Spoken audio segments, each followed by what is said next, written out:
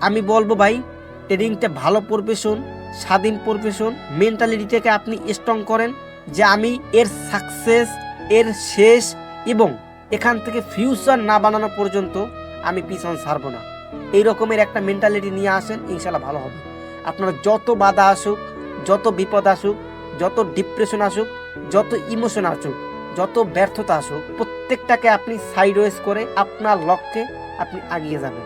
যদি এই রকমের মেন্টালিটি আপনি বানাতে পারেন, ইনশাল্লাহ ভালো কিছু করতে পারবেন। কিন্তু আমি সব সময় সতর্ক করি, ট্রেডিংয়ে আসার আগে কখনোই ইনকামের চিন্তা ভাবনা করে আসা যাবে না। আপনি এখানে কেরিয়ার বানাবেন, আপনাকে এটাকে ওইভাবেই সাজাতে হবে, ওইভাবেই আপনাকে এটাকে নিতে হবে যে আমি আগে শিখবো, বুঝবো, প্র্যাকটিস করব, তারপর এখান থেকে ইনকাম করব। যেখানে আপনি কেরিয়ার বানাবেন সেখান থেকে যদি আপনি আগে এক্সপেকটেশন করে বসে থাকেন, তাহলে তো ভাই হবে না। রাতারাতি আসলে কোনো কিছুই সম্ভব নয়। 6 মাস, 7 মাস, 8 মাস, 1 বছর টাইম দিতে হবে, এটা বাস্তব।